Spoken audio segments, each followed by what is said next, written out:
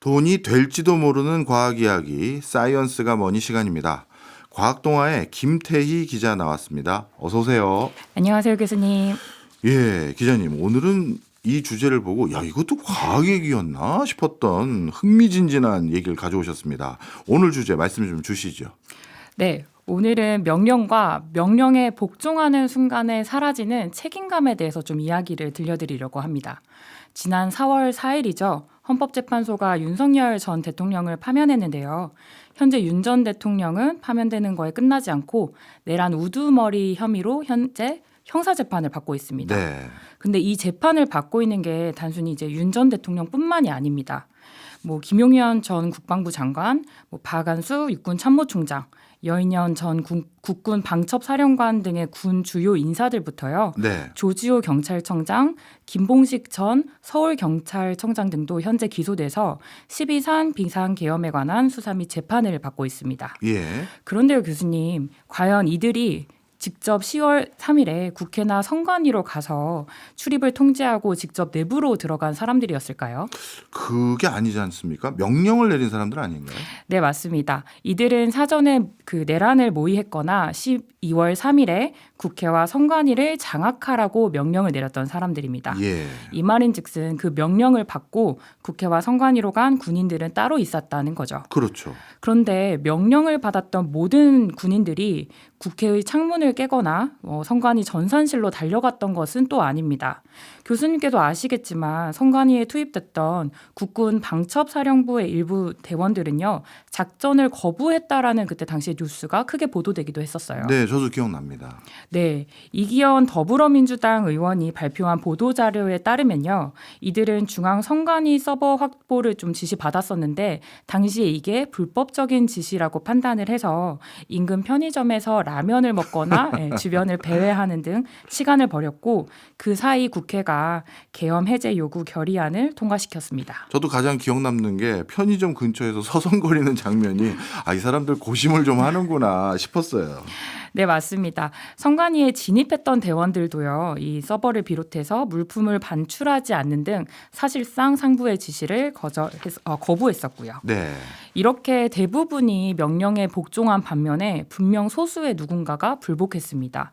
그런데 이런 일이요. 이렇게 비단 12월 3일 비상계엄에서만 나타났던 것은 아닙니다. 오랫동안 과학자들은 왜 사람들이 대부분의 명령에 쉽게 순응하는지 알고자 했었고요. 그래서 오늘은 명령과 복종에 관한 좀 다양한 과학 연구에 대해서 이야기를 들려드리려고 합니다. 네, 그러니까요. 정말 흥미진진합니다. 원래 명령과 복종에 대한 연구는 과학이 아니라 우리 쪽에서 하는 연구인데 사회과학에서 하는 연구인데 맞습니다. 과학에서도 활발하게 연구가 이루어졌다니까 참 흥미롭고요. 보통 이런 연구가 이루어진다면 어떤 계기가 있어야 되거든요. 큰 사건 사고가 있었을 때 여기에 대해서 조망하기 위한 연구가 다체적으로 이루어지는데 혹시 과학 쪽에서도 어떤 사건이 이런 연구를 촉발시켰나요? 네, 맞습니다. 제2차 세계대전인데요. 음, 교수님 혹시 버펠, 이스트 버펠이라는 문장을 좀 들어본 적 있으신가요? 잘 모릅니다. 아마 이 문장이 글귀로 적힌 것은 보신 적 있으실 겁니다. 이 문장이 독일어인데요. 이거를 한국어로 번역하면 명령은 명령이다입니다.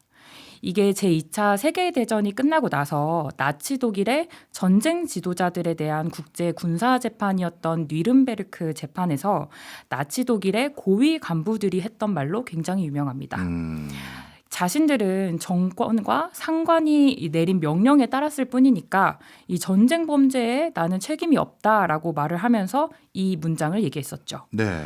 근데 이런 비슷한 뉘앙스의 대답이요. 비단 뉘른베르크 재판에서만 나왔던 게 아닙니다.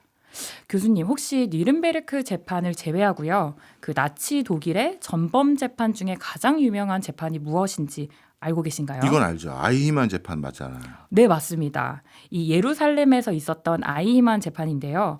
간략하게 이 재판의 주인공이었던 아돌프 아이히만에 대해서 좀 잠깐 설명을 드리면요. 네. 그는 나치 친위대에서 활동한 유대인 학살의 책임 인물 중 하나였습니다.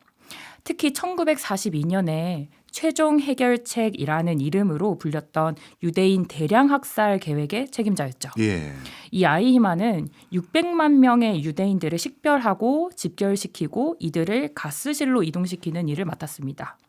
그런데 제2차 세계대전이 끝나고요. 아이히만은 나치 독일이 항복한 뒤에 남아메리카 대륙 여러 나라들을 이렇게 옮겨 다니면서 도피 생활을 했었어요. 그러던 중에 아이히만의 아들이 자신의 여자친구에게 아이히만에 대해서 이야기한 것이 화근이 돼서 그 이스라엘 비밀 경찰에게 체포됐었고요. 네. 이후 아이히만은 예루살렘으로 옮겨져서 그 재판을 받기 시작했습니다. 그때 재판은 언제쯤이에요? 1961년 4월입니다. 예. 당시 이 아이히만의 재판은요 전 세계로 TV 그 생중계가 됐다고 해요. 그러면서 사람들로 하여금 굉장히 큰 관심을 받았고 특히 이 재판을 통해서 그 홀로코스트의 끔찍함이 많은 사람들이 알게 된 어떤 구체적으로 알게 된 그런 계기가 됐었고요. 네.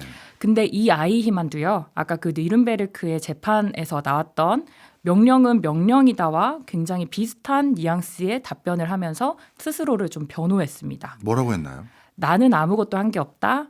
상급자의 지시를 성실하게 수행했을 뿐이다 라고 말했습니다. 야, 세계사에 남을 만한 대량 학살을 했던 책임자이자 유대인들을 전부 가스실로 이동시킨 당사자인데 그냥 전 명령이라서 따랐어요. 이 얘기한 거네요. 네, 맞습니다. 당시에 철학자 한나 아렌트가요. 아이히만의 재판을 현장에서 지켜봤었는데요. 아이히만의 그런 태도를 굉장히 면밀히 관찰한 다음에 예. 악의 평범성이라는 개념을 제시하기도 했죠. 근데 재판 현장은 아니지만요. 아까 말씀드린 텔레비전 중계로 아이히만의 재판을 보던 또 다른 연구자가 있습니다. 바로 스탠리 밀그램입니다. 네. 교수님, 이 밀그램의 복종 실험을 이미 알고 계실 것 같은데요. 네. 당시 미국 예일대 심리학과 교수였던 밀그램은요. 아이히만의 재판을 보면서 그 실험을 고안해냈습니다. 만약 사람들이 자신의 양심과 충돌하는 그런 행동을 지시받았을 때 어느 수준까지 복종하는지가 궁금해서 진행한 실험이었죠. 아, 그렇군요. 아이히만 재판이 이 밀그램의 복종 실험과 이렇게 연결이 되는지는 오늘 처음 알았는데 좀 자세히 설명 좀 해주세요. 우선 밀그램 복종 실험이 어떤 실험이었는지부터 좀 말씀을 드릴게요. 우선 밀그램이 거짓말로 실험 공고를 냈습니다. 기억력에 관한 실험을 한다면서 참가자들을 모았어요. 그리고 총 80명의 참가자들을 절반으로 나눠서 첫 번째 40명 그룹에게는 선생, 티처의 역할을 맡았고요. 다른 40명 그룹에게는 학습자, 러너의 역할을 맡겼습니다. 네. 그리고 만약 학습자가 틀리면요. 교사는 벌로 전기 충격을 가하게 만들었고요. 네. 일종의 기억력 향상을 위해서 전기 충격을 준 건가요? 네, 맞습니다. 이게 연구팀에서 기억력 향상에 체벌이 도움이 되는지 알아본다고 가설을 설정했기 때문입니다. 예. 근데 모두가 아시는 것처럼 이 실험 공고문도 가설도 그리고 실험에서 사용됐던 전기 충격기도 모두 가짜였어요. 특히 실험의 이 주제는 얼마나 사람들이 쉽게 권위자에게 복종해서 타인에게 해를 끼칠 수 있는지를 알아보는 거였었죠. 네. 특히 이제 실험 참가자 중에요. 아까 40명의 학습자와 교사가 있다고 말씀을 드렸는데 실제로 학습자로 분류된 40명의 사람들은요. 연구팀이 고용했던 배우들이었어요. 네. 그런데 이제 실험이 시작되고 이 사실을 전혀 모르는 40명의 진짜 실험 참가자들은 교사의 역할을 수행하기 위해서 전기 충격기 앞에 앉았습니다. 예. 이 전기 충격기에는 15볼트부터 450볼트까지 그 전압을 높일 수 있는 스위치가 달려 있었습니다. 네. 참가자들은 연구팀의 지시에 따라서요. 15볼트부터 순서대로 전압을 높여가면서 스위치를 눌렀는데요. 이 실험에서 참가자 전원이 무려 300볼트까지 전기 충격의 강도를 높였습니다. 보통 전기의 위험성을 얘기할 때는 전압뿐만 아니라 네. 전류나 뭐 지속 시간 등에 따라서 좀 다르기 때문에 300볼트가 정확하게 어떤 수준의 뭐 고통을 야기한다라고 딱 잘라서 설명드리긴 어렵지만 예. 이 실험에서는 예. 이 연구에서는 300볼트가 사람들에게 극심한 고통을 줄 수 있는 수준이다라고 정리돼 있었죠. 미리 알려준 거군요. 맞습니다. 그래서 300볼트의 스위치가 눌렸을 때 배우들은 굉장히 큰 비명을 지르고 막 고통을 표현하고 막 조금 있다가 뭐 잠깐 기절하는 막 이런 식의 연기를 펼쳤습니다. 예. 이렇게 사람이 고통스러워하는 걸 보면서 대부분의 참가자들은 계속해서 전기 자극을 주는 것을 되게 망설였다, 주저했다고 해요. 그럴 것 같아요. 그런데 연구 관계자들이 예. 옆에서 계속 실험을 진행하세요라고 지시를 하니까 예. 사람들이 그 지시에 따라서 계속 전기 자극을 높였습니다. 어. 그 결과 실험 참가자 중에 65%가요. 최대 전압인 450볼트까지 모든 전기 자극 스위치를 눌렀고요. 이야, 40명 중에 65%면 대략 한 26명 정도 되는 것 같은데 이 사람들은 고통스러워하는 사람을 보면서도 전기자극을 끝까지 올린 거네요. 네, 결과가 좀 충격적이죠. 밀그램 역시 이 실험 결과를 보고 꽤 크게 충격을 받았다라고 알려져 있습니다. 예. 교수님, 제가 앞서서 밀그램이 아이히만의 재판 중계를 보다가 이 복종 실험을 고안했다고 말씀을 드렸잖아요. 당시 아이히만 재판을 본 그러니까 이 아이히만 재판의 중계를 본 세계 각국에서는 좀 이런 공통된 질문이 나왔다고 해요. 정말로 아이히만을 비롯해서 홀로코스트에 가담했던 사람들이 단순히 명령에 따른 걸까? 그렇다면 이 명령을 따른 사람들을 공범이라고 볼 수 있는가라는 질문이었습니다. 뭐 사실 굉장히 단순하게 대답하기는 어렵지만 저는 개인적으로 공범이라고 생각합니다. 네, 그렇게 생각하시는 분들이 아마 또 많으실 것 같습니다. 당시 이 밀그램의 복종 실험은요, 홀로코스트에 가담했던 나치 독일 관료들의 유무죄 판결에는 영향을 미치지 않았는데요. 네. 그럼에도 불구하고 이 실험으로 권위에 복종하고 명령을 이행하는 상황이 사람들에게 어떤 영향을 미치는지는 굉장히 적나라하게 드러났죠. 네. 지금까지 쭉 말씀해 주신 내용을 종합해 보니까 참 우리 인간이라는 동물이 명령에 참 취약하다라는 생각도 드네요. 예를 들어서 내가 봐도 딱 이건 불합리하거나 아니면 비도덕적인 것 같은데 누가 지시했다는 이유만으로 그렇게 하라고요? 알겠습니다. 했다는 결과가 또 나온 거잖아요. 이런 반응이나 결과가 나온 게 참 어떻게 해석해야 될지 참 의구심이 듭니다. 이게 혹자는 세계 제2차 대전 이후에 아이히만의 재판이나 밀그램의 실험이 잘 알려지지 않았을 때는 그렇게 나올 수도 있다. 지금은 다르다라고 생각할 수도 있을 것 같은데요. 네. 그렇다면 제가 조금 더 재미있는 연구를 하나 소개해 드릴게요. 예. 최근 뇌과학을 도구로 해서 명령과 복종에 대해서 연구를 좀 활발하게 하고 있는 에밀리 캐스퍼 벨기에 겐트대 교수가 진행한 실험이 있습니다. 예. 캐스퍼 교수는 명령과 공감 능력 간의 상관관계가 있는지를 좀 살펴보기 위해서 밀그램의 복종 실험을 발전시킨 실험을 좀 진행한 적이 있습니다. 네. 이 밀그램이 실험을 진행했던 거는 1961년 8월이었어요. 그때 당시에는요, 연구 윤리 규정이 거의 없어서 아까처럼 좀 거짓말로 실험 공고를 내는 게 가능했는데요. 네.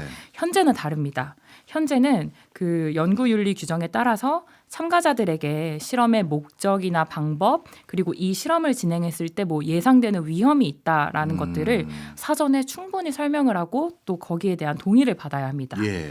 그렇기 때문에 캐스퍼 교수 역시 이 명령과 공감 능력 실험을 했을 때요, 참가자들에게 실험에 관해서 충분히 설명을 했었죠. 그렇다면 이 실험이 밀그램 복종 실험에 대해서 발전시킨 실험이라는 것을 아마 참가자들이 많이 인지하고 있는 상황이었습니다. 예. 실제로 실험이 다 이제 종료가 되고 나서요, 한 참가자가 에밀리 캐스퍼 교수에게 다가와서 이런 말을 했다고 합니다. 사실 내가 밀그램 실험에 대해서 굉장히 잘 알고 있으며 그래서 실험에 참가하기 전에는 피해자 역할을 하는 다른 사람에게 어떤 충격도 가하지 않고 연구팀의 명령에 불복할 계획이었다라고요. 예. 근데 그 실험 참가자가 그렇게 말한 실험 참가자가 실제로는요, 모든 명령에 복종했습니다. 그래서 그는 좀 혼란스러워하면서 캐스퍼 교수에게 이런 얘기를 했다고 해요. 예. 자신이 명령에 따르는 거는 굉장히 쉬웠고 그 순간, 그러니까 지시를 받는 순간 불복종을 선택하는 것은 굉장히 커다란 부담이었다고요. 예. 그러면서 자기 자신이 타인에게 충격을 가하는 명령을 따를 리가 없다고 그동안 생각했기 때문에 지금 정말 심란하다라고 말을 했다고 합니다. 이렇게 밀그램 복종 실험에서 더 나아가서 이런 캐스퍼 교수의 실험 일화는요, 네. 거부할 수 있는 단순한 명령에도 심지어 그 명령이 잘못됐다는 것을 아는 상황에서도요, 사람들이 좀 쉽게 지시나 명령에 복종한다는 것을 알려줍니다. 이거 진짜 충격적인 실험인데요. 예를 들어서 이 실험에 참가한 사람은 참가하기 전에 이 실험의 맥락이 뭔지도 다 알고 있었고 본인 스스로도 난 절대 타인에게 고통을 주지 않을 거야 스스로 결심까지 했는데 정작 명령을 받으니까 그 명령에 전적으로 따랐다. 이거는 어찌 보면 우리 인간이라는 존재가 그냥 명령에 취약한 존재인가 아니면 명령을 그냥 따르는 순종적인 존재인가 뭐 이런 생각마저 드는데 뭐 연구에 대해서 뭐 이 연구는 뭐 어떤 결론을 냈나요? 네. 이 앞서 말씀드린 공감 능력과 그런 명령에 따르는 것이 상관관계가 있다라는 연구는 네, 양의 상관관계 그러니까 상관관계가 있다로 있다라는 결론이 것을 난 네, 결론이 거군요. 났습니다. 그럼 이런 거에 대한 또 다른 연구들도 있습니까? 앞서서 교수님께서 인간이 왜 이렇게까지 명령에 취약한 네. 존재냐라고 이야기를 해주셨잖아요. 거기에 대해서 좀 들려드릴 또 다른 연구가 네. 있습니다. 여기서 좀 캐스퍼 교수의 표현을 제가 잠깐 빌리자면요. 인간은 행동을 할 때 자신의 행동이 외부 세계에 영향을 미치는 것을 인지할 수 있다, 인식할 수 있는 능력이 있다고 합니다. 네. 쉽게 말해서 어떤 행동을 수행할 때 내가 그 일을 했다라고 느낄 수 있다는 건데요. 이 인식을 가리켜 주체성이라고 부릅니다. 예. 근데 이 주체성이요. 내가 그 일을 할 때 곁에 누군가가 있기만 해도 줄어든다라는 연구가 있습니다. 아. 이게 2016년에요. 영국 런던 칼리지대 인지뇌과학 연구소의 연구팀이 발표한 내용인데요. 이 연구팀은 피드백 관련 부정성이라는 뇌의 특정 신호를 분석해서 이와 같은 결론을 발표했습니다. 피드백 관련 부정성 어떤 신호인가요? 네, 단어가 조금 어렵죠. 네. 피드백 관련 부정성은요. 사람들이 부정적인 결과나 피드백을 받았을 때 뇌에서 발생하는 신호입니다. 예. 이게 기대했던 결과와 실제 결과가 다를 때 매우 강하게 나타나고요. 런던 칼리지대 연구팀이 좀 어떤 실험을 계획했는지 말씀드릴게요. 연구팀은 실험 참가자들을 모집해서요. 이 사람들에게 컴퓨터 모니터 화면을 보게 만들었어요. 예. 이 화면 안에서는 구슬이 비탈길에 따라서 굴러가고 있는 상황이었습니다. 그리고 이 구슬이 비탈길의 끝에 다다를 때 정확한 시점에 컴퓨터 마우스를 눌러서 클릭하게 했고요. 만약에 실험 참가자들이 너무 빨리 마우스 버튼을 누른다던가 아니면 네. 너무 늦게 마우스 버튼을 눌러서 정확한 위치에서 많이 벗어날수록 감점을 받았습니다. 예. 근데 이 실험에서 중요한 것은 뭐 감점을 어느 정도로 많이 받고 안 받고가 아니었습니다. 이 감점을 받았을 때 사람들이 어떻게 반응하는지 앞서 말씀드린 피드백 관련 부정성이 어떻게 나타나는지를 좀 연구한 거였죠. 예. 연구팀은 두 개의 상황을 설정했어요. 하나의 상황은 참가자가 단독으로 이 실험을 진행하게 만들었고요. 예. 다른 하나의 상황은 참가자가 2명이 같이 이 실험을 진행하도록 만들었습니다. 네. 그리고 이 각각의 상황에서 앞서 말씀드린 피드백 관련 부정성의 뇌파가 어떻게 측정되는지 살폈고요. 예. 그 결과 혼자 실험에 참여할 때는요. 감점을 받았을 때 뇌가 굉장히 강하게 반응했습니다. 그런데 반면 다른 누군가와 함께 있을 때는요. 감점을 크게 받아도 뇌에서 그 피드백 관련 부정성에 대한 반응이 굉장히 약하게 측정됐습니다. 예.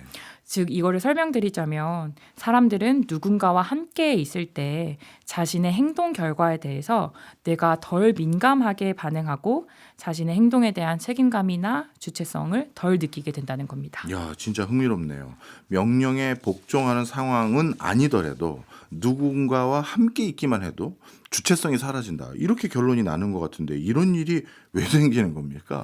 이게 한마디로 인간이 주체성을 경험하는 그 순간에 뇌가 굉장히 많은 양의 인지 자원을 쓰는 순간이기 때문입니다. 네. 사람들이 모든 행동을 할 때 그 주체성을 인식하는 게 아닙니다. 그리고 많은 양의 인지 자원을 쓰는 건 특히 더 아니고요. 예. 보통 습관화된 일을 할 때는요. 뇌의 인지 자원이 거의 쓰이지 않아요. 그냥 멍하니 있어도 그냥 작동이 되잖아요. 맞습니다. 뭐 대표적인 예로요. 사람들이 뭐 일어나서 출근을 하기 전이나 등교하기 전에 뭐 씻고 뭐 세수를 하고 양치를 하고 샤워를 하고 뭐 옷을 갈아입고 물 한 잔 마시는 이런 것들이 좀 각각 모든 사람마다 루틴화된 행동으로 남아 있잖아요. 예. 이런 행동을 할 때는 뇌가 별로 일을 하지 않습니다. 그렇죠.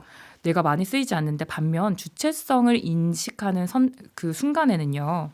어떤 순간들이 있냐면 선택하는 순간, 예. 목표를 설정하는 순간, 반성이나 뭐 거부하거나 저항하는 순간에 주체성을 주로 인식합니다. 이 이야기만 들어도 뇌가 굉장히 많은 일을 하는 순간들이죠. 네. 그런데 인간의 뇌는요, 활발한 활동을 가급적 적게 하려고 프로그래밍 되어 있습니다.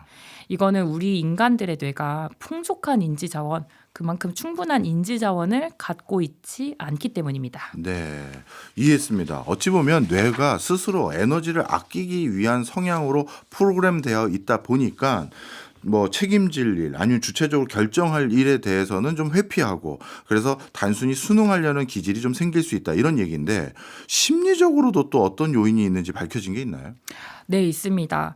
이 명령을 수행할 때요, 명령을 단순히 듣고 그것들에 복종할 때는요, 책임감이 전이된다라는 것이 밝혀졌습니다. 이 전이된다는 것은 무언가의 뭐 자리나 위치가 다른 곳으로 옮겨간다라는 건데요. 예. 명령을 수행하는 과정에서 발생하는 책임 전이는 자신의 행동이 분명히 어떤 결과를 만든다는 것을 인지하면서도 그 결과에 대한 책임을 명령을 내린 사람에게 돌리는 행태가 나타납니다. 네. 앞서 아이히만이 재판에서요, 유대인 학살의 책임은 그 행동한 자신이 아니라 명령을 내린 상관에게 있다라고 말한 것이 바로 이 맥락입니다. 네. 근데 연구자들은요, 이렇게 전이된 책임감이 이 명령 체계 안에서 위쪽으로 올라간다라는 것은 분명히 확인을 했는데 위쪽으로 축적되는 것은 아니라고 말합니다. 제가 지난 2월에 앞서 말씀드린 에밀리 캐스퍼 교수와 화상 인터뷰를 좀 진행한 적이 있는데요. 캐스퍼 교수가 이렇게 말했어요. 이렇게 전이된 책임감이 어디로 가는지 잘 모르겠다. 지금까지 가장 확실한 것은 가장 상급의 명령권자가 더 많은 책임감을 느끼는 것은 아니다라고 말입니다. 특이하네요. 예를 들어서 명령을 수행하는 사람들이 여러 사람 있지만 그 사람들이 명령에 따라서 했을 뿐입니다라고 얘기하는 건 책임감을 누군가에게 떠넘기려고 하는 행위인데 네. 그럼 정작 명령을 내린 사람들이 그 나머지 책임감까지 다 느껴야 되는 거 아니에요? 그러기를 바라지만 실제로는 그렇지 아니다. 않죠. 네, 사람들이 명령에 복종할 때는 그렇기 때문에 그에 따른 결과만 남고요. 책임감은 어디론가 사라진다는 겁니다. 오늘 주제는 좀 씁쓸합니다. 이런 명령 또는 복종에 대한 연구 이거 좀 결론이 좀 찹찹한데요. 뭐 비단 교수님께서만 그렇게 생각하시는 건 아닐 겁니다. 제가 화상 인터뷰를 아까 캐스퍼 교수와 진행을 했을 때요. 예. 현재 우리가 살고 있는 21세기가 지난 20세기보다 더 발전한 사회냐는 질문을 던진 적이 있어요. 그럼 이 질문을 듣고 캐스퍼 교수가 그때 머리를 부여잡더라고요. 그동안은 분명히 우리 사회가 발전해 오고 있다라고 생각을 했는데 지난 몇 년간 국제사회를 보면서 전혀 그렇지 않다고 다시 생각하게 됐다라고 말했죠. 저도 그렇게 생각합니다. 네. 현재 비단 한국만 사회가 좀 혼란스러운 건 아닙니다. 우크라이나와 가자 지구에서는 지금도 전쟁과 대량 학살이 좀 이어지고 있으니까요.